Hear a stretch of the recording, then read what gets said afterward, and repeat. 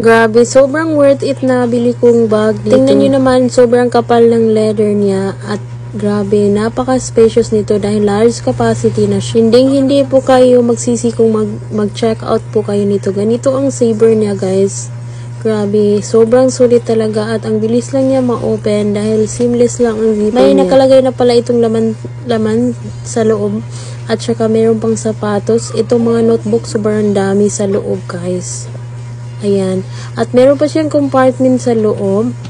Ganyan siya. Actually, pang laptop bag po ito, pero wala pong laptop yung anak ko since wala pa. Ayan. Mga libro po na nilagay ko dyan. Ang ganda nito, guys. Ayan, may paganyan pa siya, guys. Ayan. Grabe, ang mura lang niya at saka worth it yung binayad mo dahil napaka-sturdy ng bag na to. At saka, guys, waterproof din to kahit mabasa pa siya sa tubig, hindi siya tumatagot sa loob. At tingnan nyo ang kapal ng leather niya at scratch proof din. Scratch proof din ang leather niya, guys. Ayan, napaka-sturdy talaga ng bag na to. Grabe, worth it yung binayad mo dyan. What you see is what you get. Kaya kung ako sa inyo, i-check out mo na to mga ate, kuya. Ayan, stand alone na din siya. Pag may laman na siya, ayan, pusa na siyang mag-stand. Kaya check out na.